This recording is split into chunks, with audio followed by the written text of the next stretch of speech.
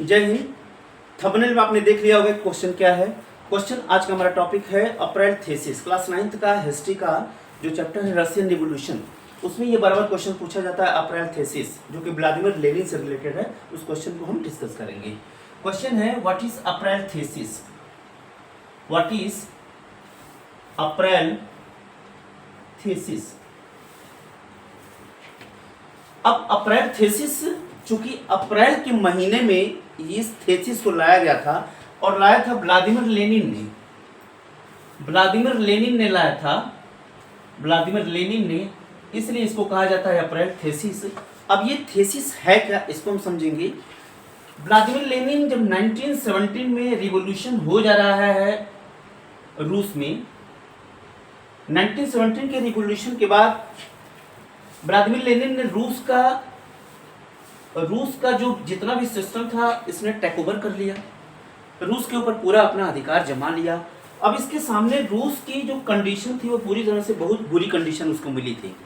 1917 का रिवॉल्यूशन हो जा रहा है, जार खत्म है। जार का मतलब है कि जो निकोलस जार वहाँ का राजा है उसको मार दिया गया, खत्म कर दिया गया।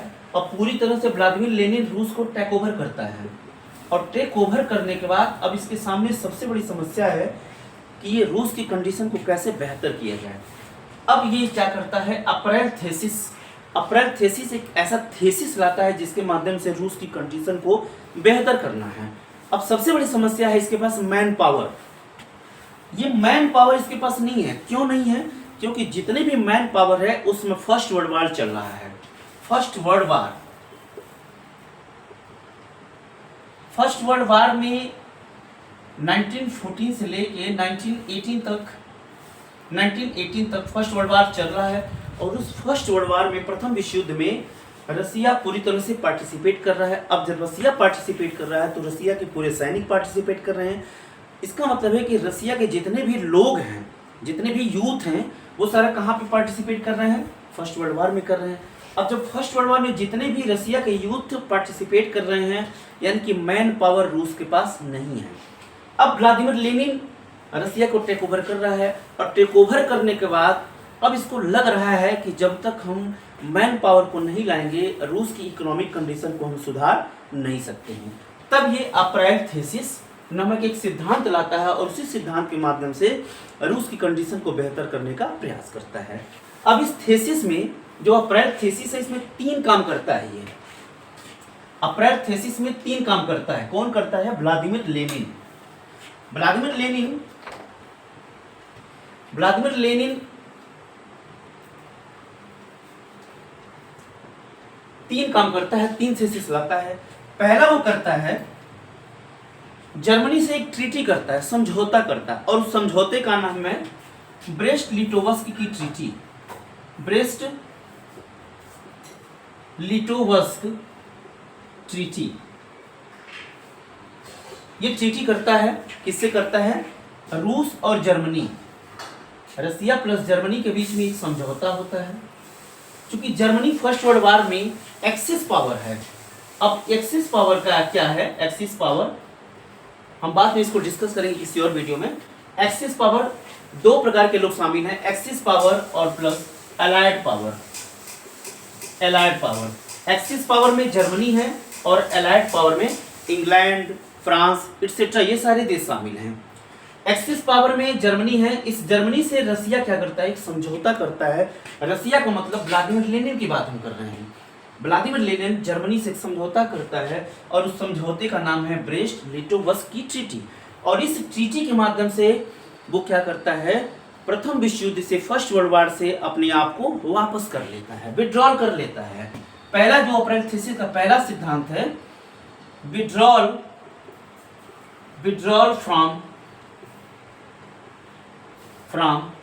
फर्स्ट वर्ल्ड वार,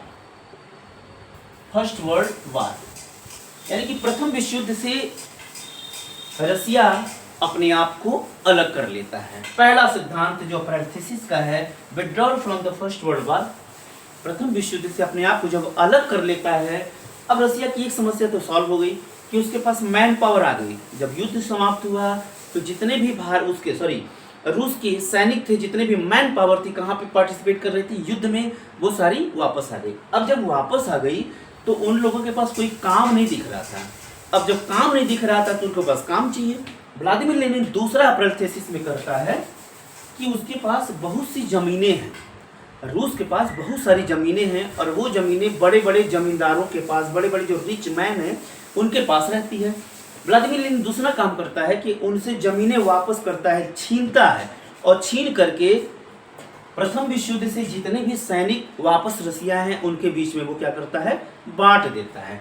तो दूसरा अप्रैल थीसिस में करता है distribution of land, distribution of land among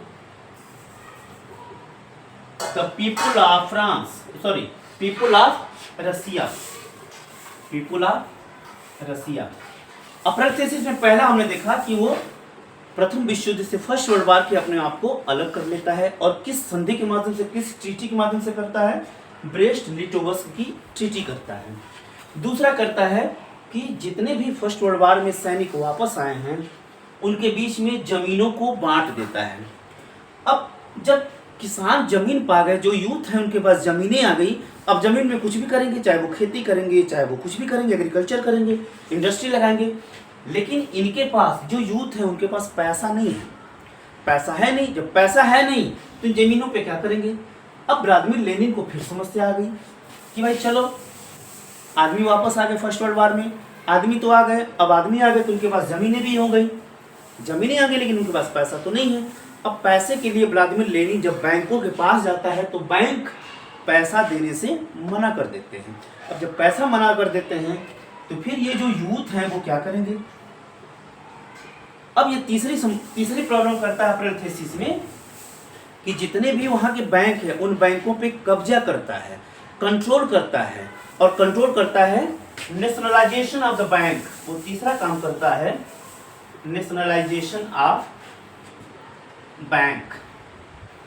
अब जब नेशनलाइजेशन ऑफ बैंक कर देता, बैंक का राष्ट्रीयकरण कर देता है, तो बैंक के ऊपर पूरा उसका अधिकार हो जाता है। जब अधिकार हो जाता है तो बैंक से जितना भी पैसा चाहेगा व्लादिमीर लेनिन ले सकता है, और उन यूथ के बीच में बांटेगा जो जमीन वो पाए हुए हैं उस पर आराम से, चाहे एग्रीकल्चर करे, चाहे इंडस्ट्री करे, कुछ भी काम कर सकते हैं। तो हमने देखा कि अप्रैल थीसिस में व्लादिमीर लेनिन ने 3 काम किया।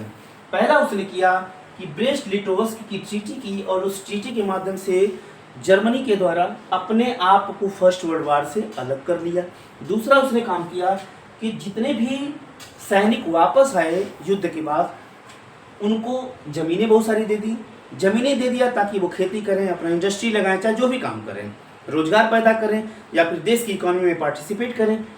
अब ज़मीनें भी मिल गई, ज़मीनें मिल गई, उनके पास पैसा नहीं है तो फिर वो कुछ काम कर नहीं पाएंगे। अब व्लादिमीर लेनिन ने तीसरा काम किया, बैंकों का राष्ट्रीयकरण कर दिया। जब बैंकों का राष्ट्रीयकरण कर दिया उसके बाद ढेर सारे पैसे आ गए। जब पैसे आ गए तो वो अपना काम स्टार्ट कर दिया। तो यानी अप्रैल थीसिस में 3 पॉइंट के माध्यम से व्लादिमीर लेनिन ने रूस की इकोनॉमी को पूरी तरह से इस्टेब्लिश किया। मिलते हैं नेक्स्ट वीडियो में। वीडियो कैसा लगा जरूर बताइएगा। मिलते हैं नेक्स्ट वीडियो में।